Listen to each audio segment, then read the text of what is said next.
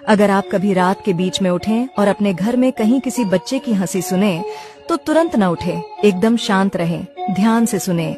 अगर वह हंसी हर 13 सेकंड में एकदम तय समय पर दोहराई जाए तो वह कोई बच्चा नहीं है, वह यह जांच रहा है कि आप जाग रहे हैं या नहीं। अगर हंसी बंद हो जाए और उसके बाद पूरी तरह सन्नाटा छा जाए तो अपने कमरे के कोनों को देखिए, लेकिन अपने बिस्तर के नीचे सीधा मत देखिए। अगर आपके बेडरूम के दरवाजे पर दस्तक हो और किसी बच्चे की आवाज आए, क्या अब मैं अंदर आ सकता हूँ, तो साफ साफ जवाब दीजिए, ये तुम्हारा घर नहीं है। फिर चुप हो जाइए।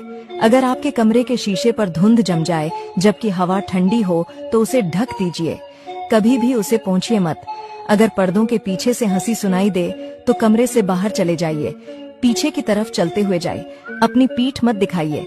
और अगर जैसे ही आप हॉलवे में पहुंचे बच्चे की आवाज आपका नाम लेकर पीछे से पुकारे तो मत दौड़िए, दौड़ना उसे आपके पीछे आने का न्योता देगा।